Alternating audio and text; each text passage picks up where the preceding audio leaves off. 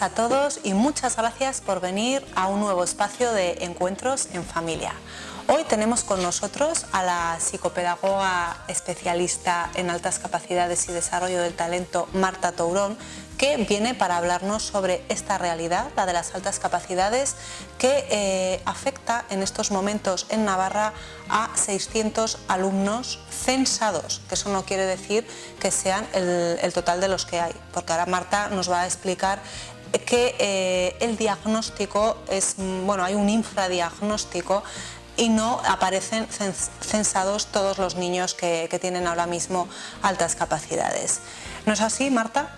Sí, la verdad es que la realidad es que en estos últimos años ha habido un crecimiento en la evaluación y la detección de esta realidad, en concreto en Navarra, pero desde luego no es de las comunidades en las que hay más alumnos de alta capacidad identificados. Hay otras comunidades que nos llevan un poco más la delantera, pero en general la situación de las altas capacidades en España no es que sea, bueno, pues muy positiva.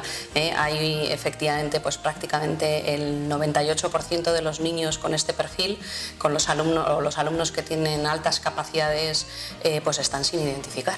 Madre mía, es un porcentaje muy elevado, ¿no? Muy elevado. Y entonces lo que habría que hacer, entiendo, es poner más recursos para intentar identificar o evaluar, que no diagnosticar, porque no estamos hablando de una enfermedad, a más niños y adolescentes con altas capacidades en las aulas. Este sería una de las cosas interesantes que podríamos hacer, pero bueno, es peligroso también porque tú lo has planteado, ¿no? Necesitamos recursos, necesitamos, pues esto pues echa un poco para atrás, porque ya sabemos que los recursos, el tiempo, exacto, ¿no? son limitados, por tanto, bueno, pues aquí nos encontraríamos nos encontramos una barrera importante y bueno, muchas veces se escudan en, bueno, ¿para qué vamos a identificar a los que todavía no hemos detectado si luego no vamos a poderlos atender, ¿no?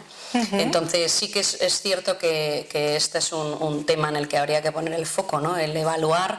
Yo diría que desde luego a los alumnos de alta capacidad que no están detectados, porque además lo importante de esto es que si no se detectan a tiempo, si no detectamos la capacidad potencial de estos alumnos en edades tempranas principalmente, pues esta capacidad potencial no se desarrolla. Se pierde por el camino, ¿no? De alguna manera se pierde, ¿no? Entonces son muchos alumnos que están sin detectar cuáles son sus características principales y por tanto sin atender adecuadamente pues qué es lo que necesitan, ¿no? Y entonces, bueno, pues luego hay otras problemáticas añadidas a esa falta de diagnóstico, bueno, de evaluación de esta realidad, ¿no?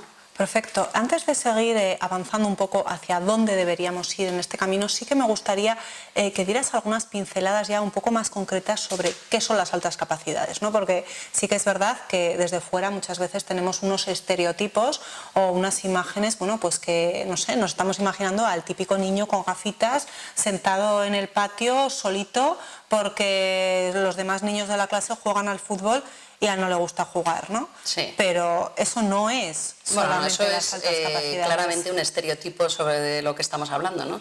Y esto además, esta idea estereotipada, estas creencias populares que están firmemente arraigadas pues, en la sociedad, en el sistema educativo, esta idea de cómo es un niño de alta capacidad, generalmente además coincide con una figura masculina, no la solemos asociar con cómo es una niña, ¿no? de altas capacidades y claro, pues es muy reduccionista, pues algunos tienen gafas, sí, algunos llevan un libro y algunos, bueno, podrían ser algo repelentes o hablar algo raro, podría serlo, pero desde luego no la gran mayoría. ¿Qué ocurre? Que como eso es un estereotipo, es una idea, digamos, ¿no? Una creencia que poco se ajusta a la realidad, pues entonces, claro, detectamos muy poco, porque de eso hay poco, ¿no? Entonces, bueno, pues esta idea, esta creencia sobre que tú has explicado muy bien, ¿no? Un niño así, pues con gafitas y repelente. El típico empollón. Exacto. Pues se aleja bastante de lo que es, ¿no? Básicamente un niño con alta capacidad pues no es más que un alumno con una capacidad potencial para rendir de manera superior cuando lo comparamos con su grupo de referencia o con sus compañeros coetáneos en edad, ¿no? Estamos hablando de entre alumnos que se sitúan entre el 10 y el 1% de la población superior, ¿no? Alumnos que rinden por encima de los demás, que aprenden generalmente más rápido, más profundo, que tienen unas características, bueno, pues cognitivas y de aprendizaje particulares, que los hacen diferentes en algunas cosas a los compañeros, ¿no?, que tienen alrededor. Claro, yo creo que eso ya nos ha quedado claro, ¿no?, que tienen unas características de aprendizaje por encima de la media, superiores. Pero, ¿qué me dices de la parte social, ¿no?, que eso muchas veces preocupa o bueno, es tremendo, ¿no?, para las familias? No siempre ocurre, pero sí que es verdad que hay niños que tienen dificultades para relacionarse con sus iguales porque los temas de conversación que tienen pues no tienen nada que ver y no tienen intereses comunes, y uno está hablando de los agujeros negros y el otro solamente quiere dar patadas al balón, ¿no? Sí, efectivamente eso pasa, ¿no? Pero de nuevo también hay que insistir un poco en el estereotipo, ¿no? En el estereotipo de que el niño de alta capacidad es un niño introvertido o que no tiene muchas habilidades sociales o que no tiene muchos amigos, en esta idea preconcebida que tenemos de que son niños que tienen dificultades en la relación social. Y la verdad es que todas las investigaciones que hay en el campo socioemocional que se han analizado en los últimos tiempos no justifican que esta idea preconcebida que se tenga pues no, se aleja un poco de la realidad. La verdad es que hay muchos niños de alta capacidad que son incluso líderes de su grupo, que pueden incluso jugar a fútbol, pero es verdad que es habitual que no les suele gustar ese deporte. Pero esto no quiere decir que a un niño que le guste el fútbol no pueda también ser un alumno con alta capacidad, ¿no? Estas dos realidades sí existen, pero efectivamente esta problemática que planteas de, bueno, pues no les gusta el fútbol o tienen inquietudes diferentes, pues a veces no tienen la suerte de encontrar otro compañero intelectual con el que compartir esas inquietudes, ¿no? Por eso también la idea de la pregunta primera que me hacías, pues creo que es interesante. Cuantos más alumnos tengamos detectados, ¿no?, identificados en las escuelas, cuanto mejor se reconozcan entre ellos, pues será una realidad pues tan normal como otra diversidad que nos encontramos en las escuelas. Volviendo otra vez un poquito al tema de los estereotipos, muchas veces se habla de que los niños con altas capacidades son unos privilegiados, ¿no? Porque, bueno, pues oye, como van tan bien, pues ¿para qué se les va a dar recursos como a los niños con dislexia o con TDAH o con otras necesidades educativas específicas, ¿no? Pero tú decías, y me gustó esta expresión que utilizabas, que los niños con altas capacidades son los grandes olvidados del sistema educativo, sí, precisamente por esa creencia popular de que son unos privilegiados. Exacto. Y no necesitan, ¿no? Sí, sobre todo que si nos encontramos a algún profesor orientador o alguien que considere que, bueno, que efectivamente las altas capacidades existen y eso es una realidad a la que habría que atender, siempre las supeditan o las subordinan a otras necesidades que consideran que son más importantes. ¿Por qué consideran que son más importantes? Porque entendemos o entienden que los niños con una necesidad educativa específica en otra realidad que no sean las altas capacidades, pues tienen más dificultades, ¿no? Y por tanto nos necesitan más.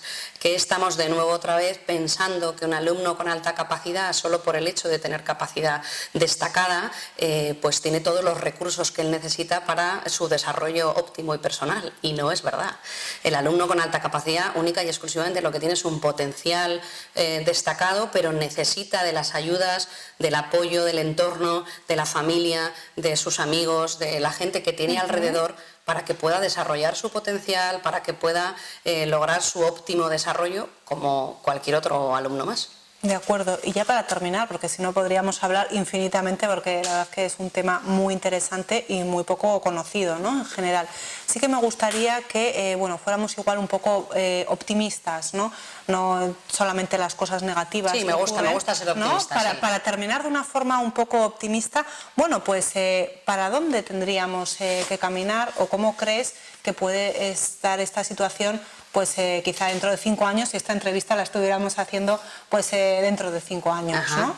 Bueno, pues yo creo que sí, que hay que ser optimista, sobre todo porque además hay muchas cosas que se pueden hacer.